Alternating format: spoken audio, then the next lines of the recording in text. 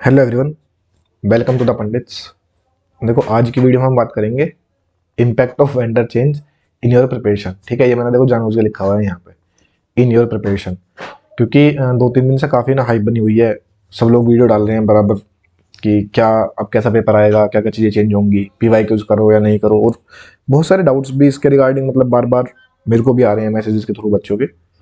और उनका main doubt ये है कि भैया पीवाई क्यूज सोल्व करने हैं या फिर छोड़ दें अब।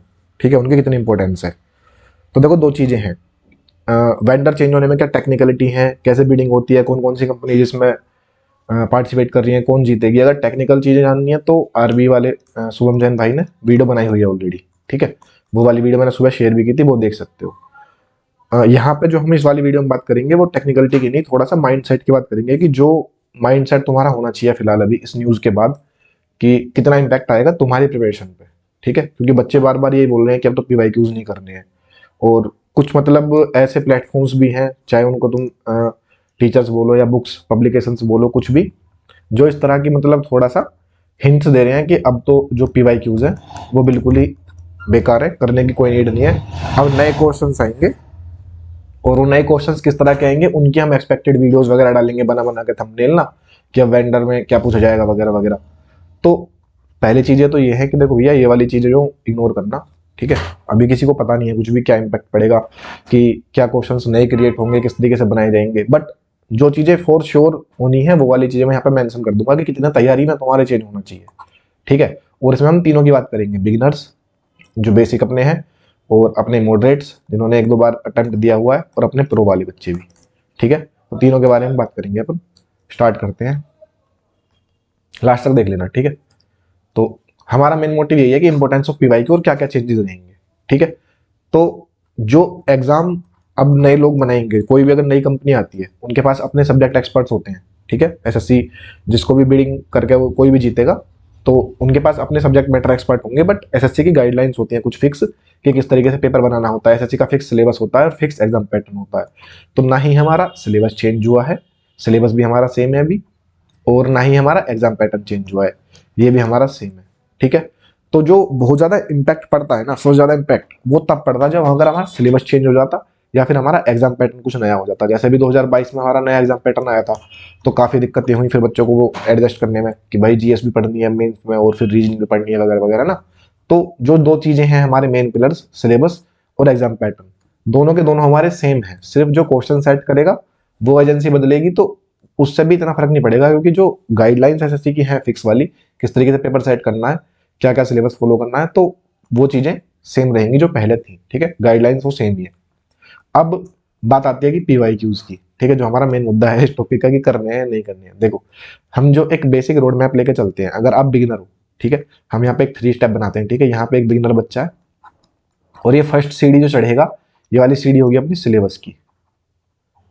ठीक है, इसके बाद जब ये सेकंड सीढ़ी चढ़ेगा, तो ये वाली जो सीढ़ी आएगी, ये आएगी पीवाई क्यूज की, कि सिलेबस हो गए, फिर करेगा वो पीवाई क्यूज। और फिर जो थर्ड सीढ़ी होती है वो होती है कि मॉक्स, जो पेड मॉक्स होते हैं ना अपने। तो ये हमारा एक बेसिक रोड मैप है। ठीक है, जो इन बातों से या फिर इन हाइप के क्रिएट करने से बच्चे अफेक्ट होते हैं सबसे ज्यादा, वो होते हैं बेसिक बिगिनर्स। बिगिनर्स के अंदर ना ऐसा फोमो बैठ जाता है, या फिर रिपीटर्स के अंदर भी, कि भाई अब तो नई चीजें आने वाली हैं, तो मैं नया कोर्स ले लूं, मैं नई चीजें खरीद लूं, या फिर कुछ भी ऐसा करके कि मेरा कुछ छूट ना चाहे। एक वर्ड होता है FOMO, fear of missing out, जिसका मतलब मोस्टली कंपनीज फायदा उठाती हैं। कि मैंने एक कोड डाला भी था सुबह ठीक है, कि अगर आपको टॉर्च बेचनी है तो लोगों के अंदर अंधेरे का डर पैदा कर दो, लोग अपने आप टॉर्च खरीदने लगेंगे। तो यही फियर जो है बच्चे के अंदर डाला जाता है, या फिर अपने किसी भी कस्टमर के अंदर। कोई भी आप बिजनेस देख लोगे, तो जैसे मान लिया पहले भी कंपनीज थी काफी ऐसी इस तरीके की, जो बच्चे को डरा के अंदर, या फिर बच्चे के पेरेंट्स में ये बातें डालती थी कि आपका बच्चा तो मतलब जितना होशियार होना चाहिए था उतना नहीं है, तो इसको हमारे पास भेजो, हम इसको बनाएंगे सुपरमैन। ठीक है, तो वो चीजें यहाँ पे भी चल रही हैं अभी एसएससी वाले फील्ड में भी। फोमो क्रिएट करना बच्चे के अंदर एक, कि भाई जो तूने पढ़ा है अभी तक, वो चीजें अब काम नहीं आएंगी, अब तेरे को कुछ नया पढ़ना पड़ेगा। और वो नया किससे पढ़ना पड़ेगा, वो मुझसे पढ़ना पड़ेगा। मेरा नया बैच आ रहा है, या मेरी नई बुक आ रही है, या फिर मेरा नया मॉक टेस्ट सीरीज आ रही है, कुछ भी। और इन चीजों के थ्रू हम तुमको वो चीजें पढ़ाएंगे जो तुमने अभी तक नहीं पढ़ी हैं, जिनके बिना तुम्हारा सिलेक्शन नहीं होने वाला है। क्योंकि देखो, पीवाई क्यूज पढ़ के होता था अब तक, तो उन्होंने टीचर्स ने बोल दिया या फिर किसी ने भी कि भाई पीवाई क्यूज तो अब करने नहीं है, बच्चे के अंदर डर बैठ गया। अब बच्चा फिर पीवाई क्यूज नहीं करेगा, तो फिर वो क्या करेगा, वो करेगा जो वो लोग बोलेंगे। ठीक है, चाहे वो कुछ भी करें, चाहे वो बुक्स लेके आए, चाहे वो मॉक्स लेके आए, चाहे वो कोर्सेज लेके आए इस तरीके के नए कि भाई ये वाले खरीद लो, यहाँ से पेपर आने वाला है। तो भाई देखो, जो लोग यहाँ पे सुन रहे हैं बिगिनर्स मोस्टली, ऐसा कुछ भी नहीं है, ठीक है। जो अपना सिलेबस वाला जो पैटर्न चीजें हैं, जो अपनी वाली सिलेबस वाली सीडी है, अगर आप अभी तैयारी कर रहे हो, स्टार्ट किया आपने, या फिर 5-6 महीने आपको हुए हैं और सिलेबस आपका कंप्लीट नहीं है, तो भाई सेम ही सिलेबस है। सबसे पहले बिना किसी डर के अपना सिलेबस कंप्लीट करो, बिना भटके, ठीक है, बिना कहीं भी भटके अपना सिलेबस सबसे पहले कंप्लीट करो। उसके बाद इन्हीं सिलेबस पे बेस्ड जो क्वेश्चंस आए हुए हैं, एक मैं मान के चलो एक एग्जांपल देता हूँ कि परसेंटेज है, ठीक है, परसेंटेज चैप्टर आपने पढ़ लिया मैथ्स में। अब परसेंटेज के जितने भी नए नए टाइप्स के क्वेश्चंस थे, मोस्टली जितने भी क्वेश्चंस बनाए जा सकते हैं परसेंटेज पे अपने फिक्स सिलेबस में से, वो क्वेश्चन सारे एसएससी पूछ चुकी है मोस्टली, ठीक है। जो अपना आप देखोगे थोड़ा सा 1999 से लेकर और 2024 तक, या जब से भी एसएससी का एग्जाम स्टार्ट हुआ है, ठीक है, जब जब से भी एसएससी एग्जाम दे रही है, तब से अब तक परसेंटेज पूछा जा रहा है बार बार। तो जितने भी फिक्स पैटर्न्स थे परसेंटेज के, वो मोस्टली सब आ चुके हैं। थोड़ा बहुत लैंग्वेज चेंज होगी या थोड़ा बहुत आपका कैलकुलेशन बढ़ जाएगी। जैसे मान के चलो पिछली बार जब एग्जाम ये तुम्हारा वेंडर चेंज हुआ था 2018 में, टीसीएस आ गया था, पहले सीफी कराता था पेपर, उसके बाद फिर टीसीएस आ गया, ठीक है। तो टीसीएस पहले से ही बैंकिंग वगैरह के एग्जाम्स बनाता था, कराता था, तो टीसीएस की थोड़ी सी फेवरेट चीज थी मैथ में कैलकुलेशन वाला पार्ट। तो टीसीएस ने कितना चेंज किया, एक स्लाइड चेंज किया सीफी के कंपैरिजन में, कि इसने कैलकुलेशन जो है डाल दी थोड़ी extra in comparison to previous हमारा पैटर्न, ठीक है। तो थोड़ी कैलकुलेशन बढ़ गई टीसीएस के आने से, इतना ही थोड़ा बहुत इफेक्ट हमारा ये नया वाला वेंडर भी डाल सकता है थोड़ा बहुत, कि ठीक है चलो कैलकुलेशन ऊपर नीचे हो गई, या थोड़ा बहुत परसेंटेज के ही क्वेश्चन जो आए हुए हैं उन्हीं में थोड़ी सी लैंग्वेज चेंज कर दी। बट तुम ये देखो कि अगर वो चेंज हम मान के चल रहे हैं, कुछ उसने हार्ड क्वेश्चन क्रिएट किया जो मतलब फोर्थ स्टेप पे है, यहाँ पे एक हार्ड क्वेश्चन रखता हूँ मैं, यहाँ सिलेबस मतलब बेसिक क्वेश्चन, फिर पीवाईक्यूज, फिर मॉक के कुछ क्वेश्चन, फिर एक सबसे हार्डेस्ट क्वेश्चन जिसका आपको डर है, जो कि एग्जाम में अगर 25 क्वेश्चन है ना आपके, 25 में से 2 से 3 क्वेश्चन मैक्सिमम अगर आप देखोगे चेंज पाएगा, उन्हीं 2-3 क्वेश्चन के चक्कर में आप ये अपनी सारी तैयारी दाव पर लगा दोगे, आप इसको छोड़ दोगे, ठीक है। और ये हार्ड क्वेश्चन करने के चक्कर में कोई कोर्स खरीदोगे, कोई बुक खरीदोगे नहीं, जो आपको इस सब से हटा के सिर्फ वो 2-3 क्वेश्चन की तैयारी कराएगी। तो अब आप ये सोचो कि अगर 25 में से आपके 22 क्वेश्चन आपको भी आ नहीं रहे ठीक से, और आप 3 क्वेश्चन जो मान लिया जिनका पता भी नहीं है कि चेंज होंगे या नहीं होंगे, अभी कोई श्योरिटी नहीं है कि कितना वो हार्ड बनाएंगे नहीं बनाएंगे, बट आप टारगेट किसको कर रहे हो, उन 3 क्वेश्चन को, कि भाई मेरा कुछ छूट ना जाए। भाई छूटा हुआ तो तेरा पहले ही है, तूने इतनी सारी चीजें छोड़ दी है जो करनी थी, ठीक है ना। तो ये बिगिनर्स के लिए स्पेशली चीज है कि डायरेक्टली उन हार्डेस्ट क्वेश्चन चक्कर में कोई सोर्स कोई कुछ भी मत कर लेना ऐसा कि यहाँ से मेरे को ये चीजें करने को मिलेंगी तो मैं ये कर लेता हूँ। अपना जो बेसिक रोड मैप है वो हमको फॉलो करना ही करना पड़ेगा, सिलेबस अच्छे से करना है हमको। फिर उस सिलेबस में जितने भी टाइप के क्वेश्चन बन सकते थे वो हमारे पीवाईक्यूज में है, हमें वो पीवाईक्यूज कंप्लीट करने हैं अच्छे से। और उसके बाद फिर हमें पेड मॉक्स वगैरह जो भी हम देते हैं अपनी प्रैक्टिस के लिए ऑनलाइन, की हमारी स्पीड बने, ठीक है, या शिफ्ट अटेम्प्ट करते हैं हम अपनी, हमको वो अटेम्प्ट करना है। उसके बाद जब हमारा सारा ये कंप्लीट हो जाए, जब हम प्रो बन जाए इस चीज में कि हमको ठीक है पीवाईक्यूज अच्छे से आते हैं, तब आप इन क्वेश्चंस के बारे में सोच सकते हो, करने तब भी नहीं है, ठीक है। सोच सकते हो कि हाँ ठीक है यार मेरे को अपना थोड़ा सा लेवल जो है उठाना है, तो मैं क्या कर सकता हूँ, ठीक है। तो मैं बताता हूँ एक बार यहाँ पे लिख के कि एक है बिगिनर वाला बच्चा, एक है मॉडरेट वाला बच्चा, और एक है प्रो वाला बच्चा। तो अगर बिगिनर हो तो एकदम सीधा जो तुम्हारा रूट है सिलेबस पीवाईक्यू जो मॉक्स वाला वो फॉलो करो। जो मॉडरेट अगर आप बच्चे हो, आपको लगता है कि मैंने एक बार पीवाईक्यू कर लिया है बट मेरी भी स्पीड नहीं बन रही, उसको स्पीड का इशू आ रहा है, तो भाई कोई कोर्स की जरूरत नहीं है। अगर तुम्हें कंसेप्ट आते हैं, स्पीड नहीं बन रही, सिर्फ और सिर्फ मतलब सिर्फ और सिर्फ पीवाईक्यूज की प्रैक्टिस करो मल्टीपल टाइम्स, ऑनलाइन करो, शिफ्ट वगैरह लगाओ, ठीक है, मॉक्स लगाओ। और अगर प्रो बच्चा है जिसने सिलेबस भी कर लिया अपना, पीवाईक्यूज भी कर लिए, मॉक्स भी लगा लिए, अब वो सोच रहा है बस मेरे को सिर्फ लेवल एनहेंसमेंट करना है अपना, कि मेरे को और थोड़ा अच्छा क्वेश्चन करने हैं, तो भाई उसमें भी किसी अलग सोर्स पे जाने की नीड नहीं है। आप देख सकते हो पिछले साल जो पेपर्स हुए थे IBACIO का, IARE टेक्नीशियन का हुआ था, और CRPF HCM का हुआ था, ये भी टीसीएस ने ही एग्जाम्स लिए थे और इनका लेवल एसएससी से ऊपर था, ठीक है। माना मतलब ऐसा बच्चों ने जब वहां पे देखे आए सीजल वाले बच्चे तो उनको टफ लगी ये चीजें। तो अगर आप ऑलरेडी प्रो हो, ये तीसरे वाले बच्चों के लिए बात कर रहा हूँ मैं, सिर्फ इन दोनों के लिए नहीं है ये, ठीक है। अगर आप ऑलरेडी प्रो हो, आपको लग रहा है कि मेरा अच्छा लेवल है, अब पीवाईक्यूज पे पकड़ोगी, तो भाई ये वाले एग्जाम्स के शिफ्ट जो है आप सोल्व कर लो बैठ के, टीसीएस के कराए हुए ये भी पीवाईक्यूज ही हैं, ठीक है। ये भी कोई अलग से नहीं आ गया है कि कहीं से कुछ भी बना के दे दिया, ये टीसीएस नहीं है, अच्छे लेवल की कैलकुलेशन वगैरह में पूछी हुई है, तो आप लोग ये क्वेश्चन सोल्व कर लो। बट जैसे अब मान के चलो मुझे लग रहा है कि कुछ लोग क्वांटम कैट भी कराएंगे सोल्व, ठीक है, कुछ लोग डायरेक्टली कराएंगे, कुछ लोग इनडायरेक्टली वीडियोस के थ्रू कराएंगे कि ठीक है मैंने एक क्वेश्चन क्वांटम कैट का इस वाली वीडियो में बता दिया कि देखो भाई ये नया है, परसेंटेज देखो ये नया पूछा गया, ठीक है। तो वो चीज यार इग्नोर करना, ठीक है, अगर मतलब लेवल अपना बढ़ाना ही है तो अपने जो ऑलरेडी टीचर्स ने अच्छे क्वेश्चन पूछे हुए हैं वो कर लो। और इसके बाद एक और इम्पोर्टेंट चीज है अपनी, जो बच्चे मतलब इग्नोर कर रहे हैं लगभग, कि भाई अगर अभी आप प्रिपेयर कर रहे हो सीजीएल 2024 के लिए, ठीक है, और आप अपनी तैयारी बार बार इफेक्ट होने दे रहे हो इन बातों से कि इम्पैक्ट हो गया, चेंज मतलब वेंडर चेंज हो गया वगैरह, कुछ भी आपके दिमाग में भसड़ चली हुई है पूरी, और जो आपका बेसिक रूट है वो आप हट रहे हो उससे, तो आप ये चीज देखोगे भी अपकमिंग एग्जाम्स की जो अपनी लिस्ट है, इसमें सिलेक्शन पोस्ट एग्जामिनेशन होना है अपना 6 से 8 मई को, उसके बाद सीपीओ होना है फिर 9, 10, 13 मई को, फिर सीएचएसएल 2024 होगा, फिर एमटीएस होगा, फिर सीजीएल होगा। तो यार कितने अभी तो 3-4 एग्जाम्स तुम्हारे पास हैं बीच में। जब ये पहला एग्जाम होगा ना, जो भी नया वेंडर कराएगा फर्स्ट वाला एग्जाम, तभी आपको पता चल जाएगा कि वो कितना चेंज कर पा रहा है चीजों को, ठीक है। फिर उसके बाद आपका सीपीओ भी होगा, फिर आपका सीएचएसएल भी होगा, फिर आपका एमटीएस भी होगा। मतलब ये 4 एग्जाम्स आप देख चुके होगे सीजीएल 2024 में बैठने से पहले, और इनके क्वेश्चंस आप लगा चुके होगे, इनकी शिफ्ट्स आप कर चुके होगे।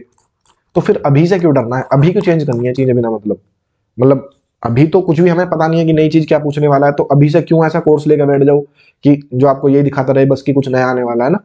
तो ये बातें बिल्कुल ध्यान में रखो कि यार अभी 4 एग्जाम्स हैं अपने बीच में।